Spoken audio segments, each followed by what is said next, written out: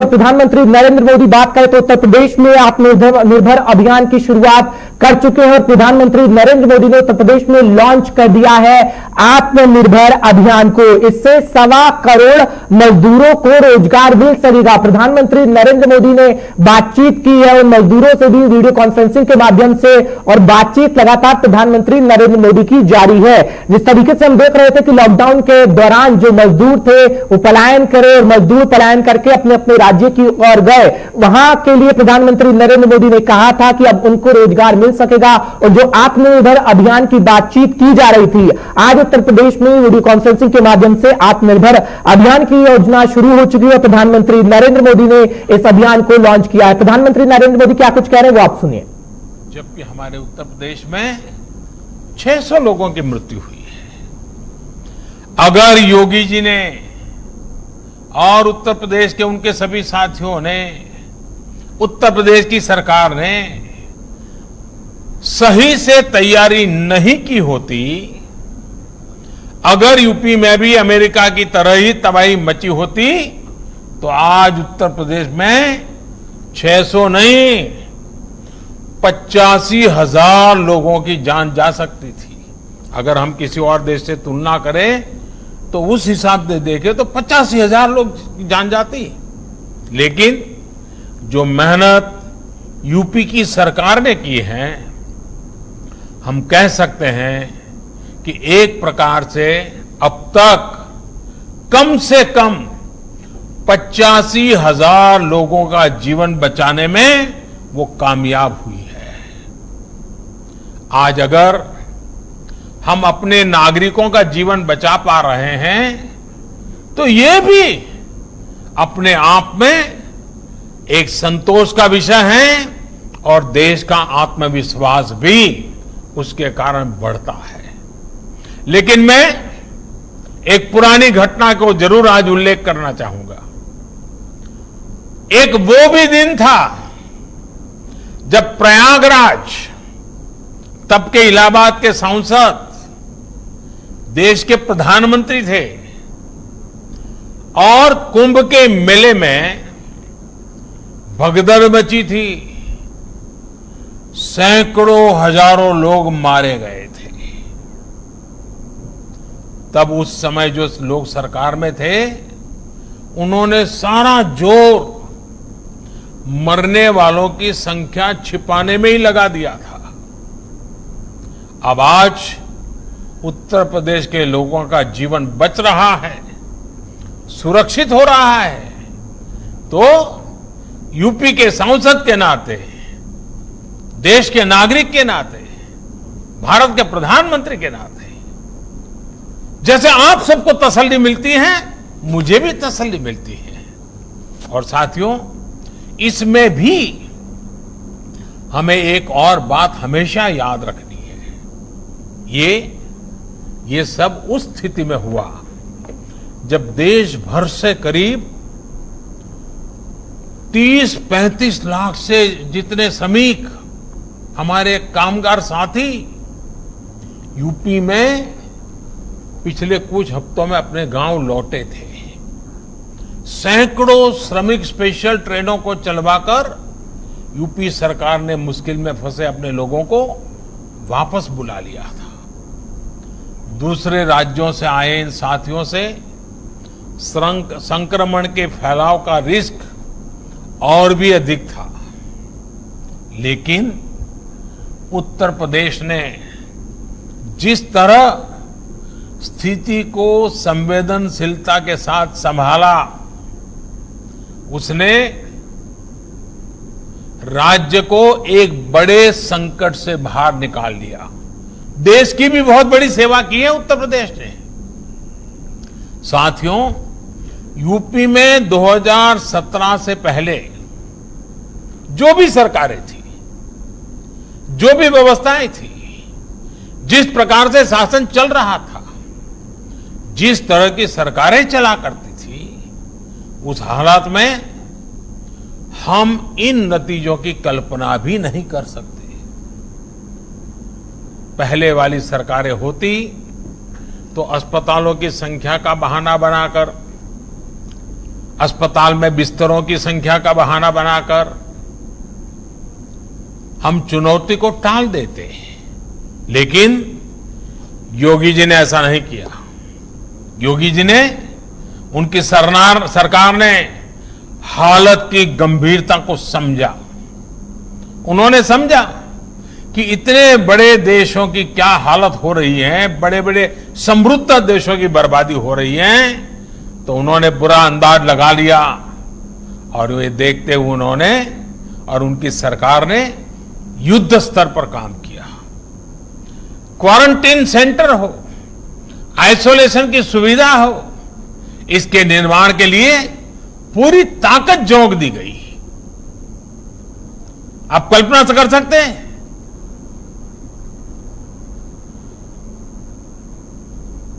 उनके पिताजी का स्वर्गवास हुआ हो, पिताजी के अंत्येष्टि में जाने के बजाय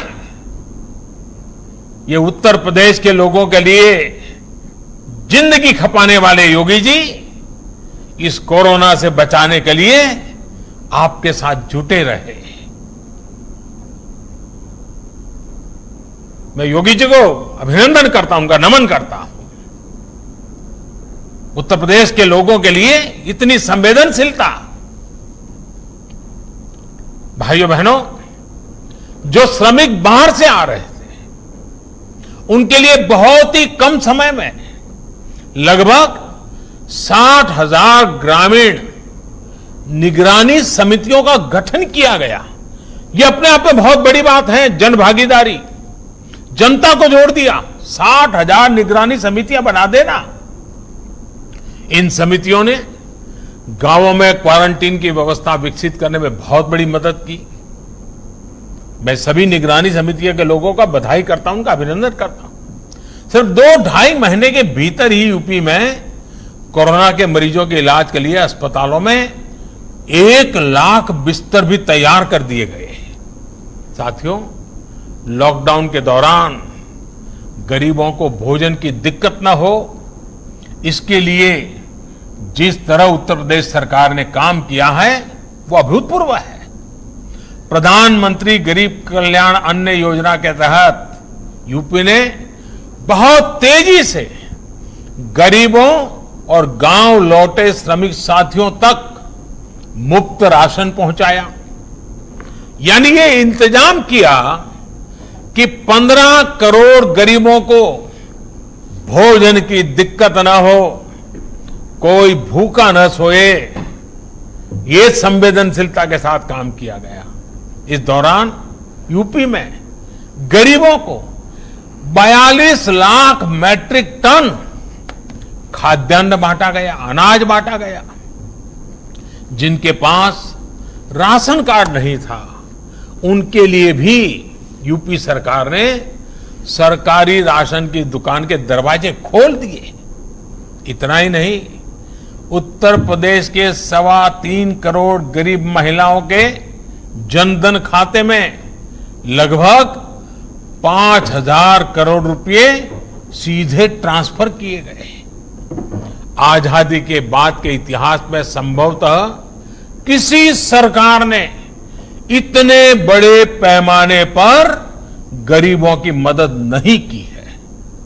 साथियों, भारत को आत्मनिर्भरता के रास्ते पर तेज गति से ले जाने का अभियान या फिर गरीब कल्याण।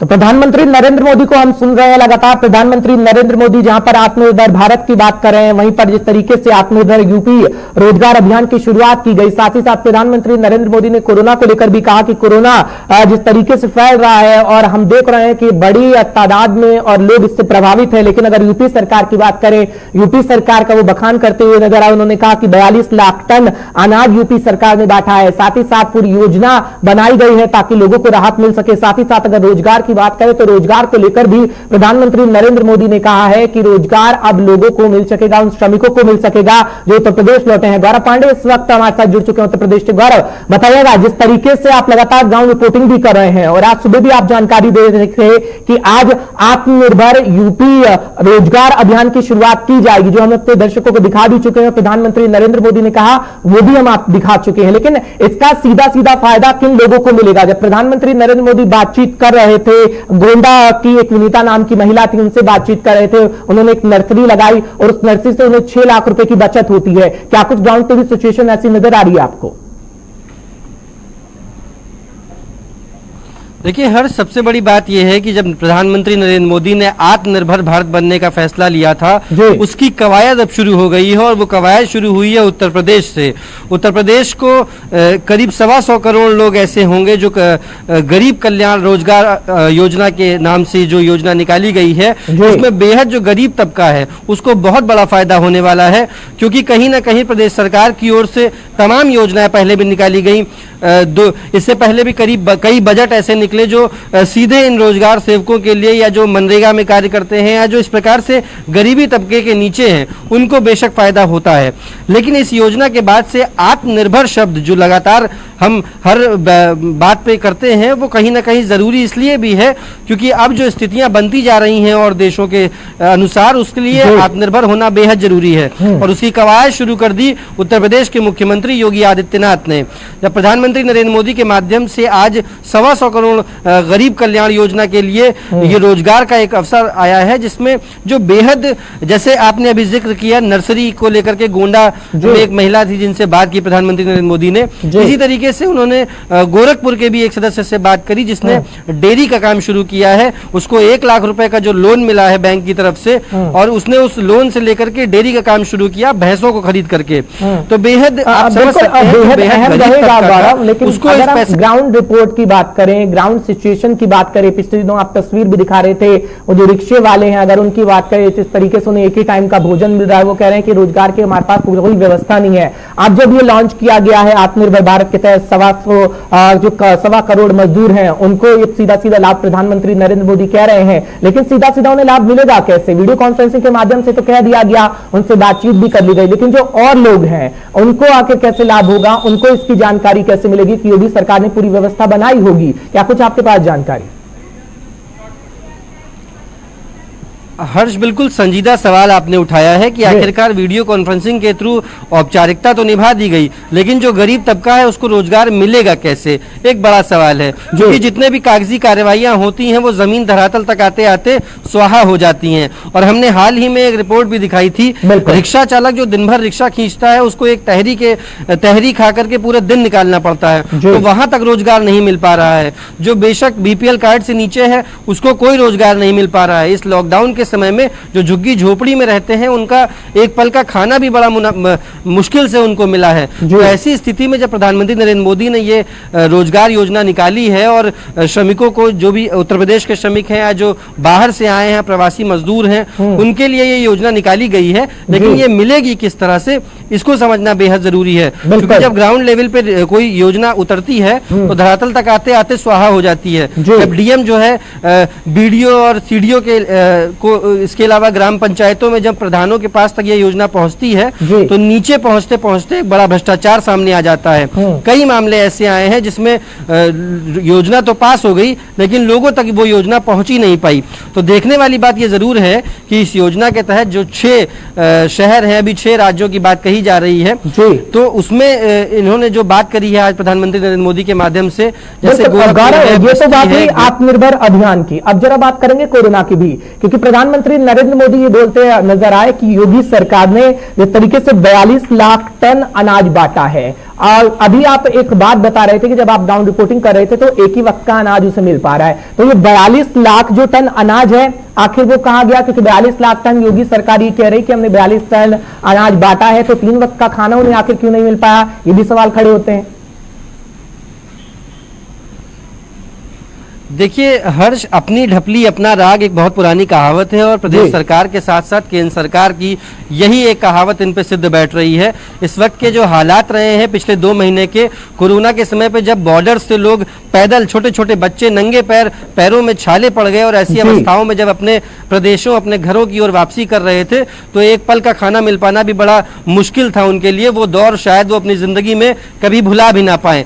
ऐसी स्थिति में जब सरकार ने ये कहा कि इतना टन खाना मिल गया, 50-50 टन लोगों को भोजन भेजा गया, नगर निगम को लगाया गया, एलडीए को लगाया गया, पूरी तरीके से ध्वस्त ये योजना रही। कहीं ना कहीं लोगों को खाने की भी बहुत दिक्कत हुई और ऐसी स्थिति में जब हमने खुद भी लोगों से बात करी है तो हमने दिखाया भी अपने चैनल के माध्यम से। पूरी तरीके से योजना लागू कर दी जाती है, लेकिन ग्राउंड पर क्या कुछ हालात हैं जो कि 24/7 न्यूज अपने दर्शकों को लगातार दिखा भी रहा है। उम्मीद यही करेंगे कि अब जो ये मजदूरों को लाभ मिलेगा वो सीधा सीधा उन मजदूरों को लाभ मिल सके और इसका लाभ जिस तरीके से 1.25 करोड़ मजदूरों को योगी सरकार कर रही है, पीएम प्रधानमंत्री नरेंद्र मोदी कह रही है। बहुत बहुत शुक्रिया आपका गौरव पांडे तमाम जानकारी हम तक पहुंचाने के लिए। अब बात करेंगे मौसम की, क्योंकि जिस तरीके से मौसम विभाग की तरफ से लगातार अलर्ट जारी किया जा रहा है। राजधानी दिल्ली के लिए खबर है, दिल्ली एनसीआर में अगले 2-3 घंटे में बारिश की संभावना है और आने वाले 2-3 घंटों में बारिश हो सकती है। मूसलाधार बारिश के लिए कहा गया है कि बारिश जो होगी वो भारी बारिश होगी, मूसलाधार बारिश होगी। पूर्वी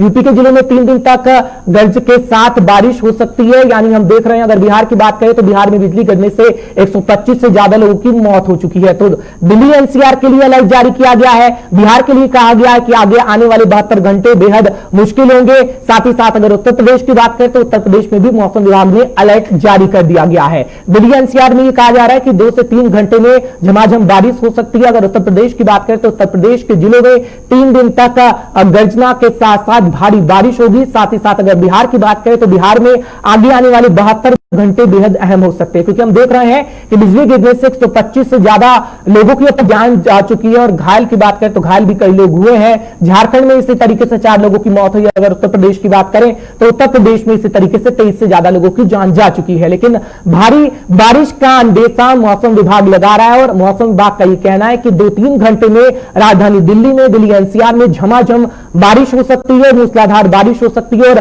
भारी बारिश की चेतावनी दिल्ली एनसीआर में दी गई है। साथ ही साथ बिहार के लिए भी जारी कर दी गई है एडवाइजरी। साथ ही साथ अगर बात करें उत्तर प्रदेश में तो उत्तर प्रदेश में गर्जना के साथ बारिश भी हो सकती है। मौसम विभाग की बात करें तो मौसम विभाग की तरफ से ये अलर्ट जारी किया गया है। रवि श्रीवास्तव इस वक्त हमारे साथ जुड़ गए हैं। रवि, बताइएगा क्या कुछ जानकारी आपके पास मिल रही है, क्योंकि हम देख रहे हैं उत्तर प्रदेश के लिए मौसम विभाग कह रहा है कि उत्तर प्रदेश में आगे आने वाले दिनों में लगातार भारी बारिश होगी और दिल्ली एनसीआर के लिए कहा जा रहा है कि 2-3 घंटे में बारिश होगी और बिहार में तो हम देख रहे हैं कि आगे आने वाले 72 घंटे बेहद अहम है।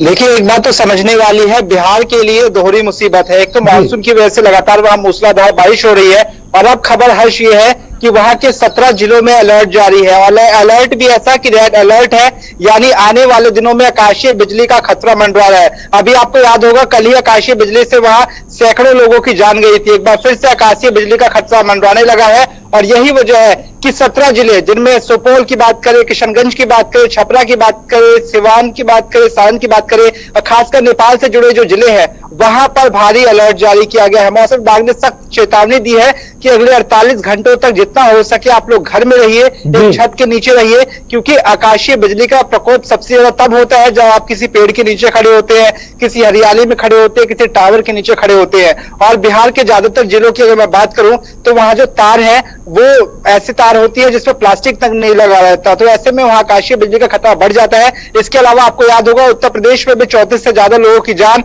आकाशीय बिजली की वजह से गई थी। तो एक तरफ कह सकते हैं मानसून का तो इंतजार लोगों को था, खासकर शहरी इलाकों में, लेकिन अब ये इंतजार कहीं ना कहीं मानसून ने जब दस्तक दी है और जैसे जैसे मानसून सक्रिय हो रहा है तो कहीं ना कहीं लोगों की मुसीबत बढ़ रही है। इस वक्त मैं नोएडा में खड़ा हूं, मैं पैन करके दिखा रहा हूं किस तरीके से अभी हाल ही में यहाँ बारिश हुई थी।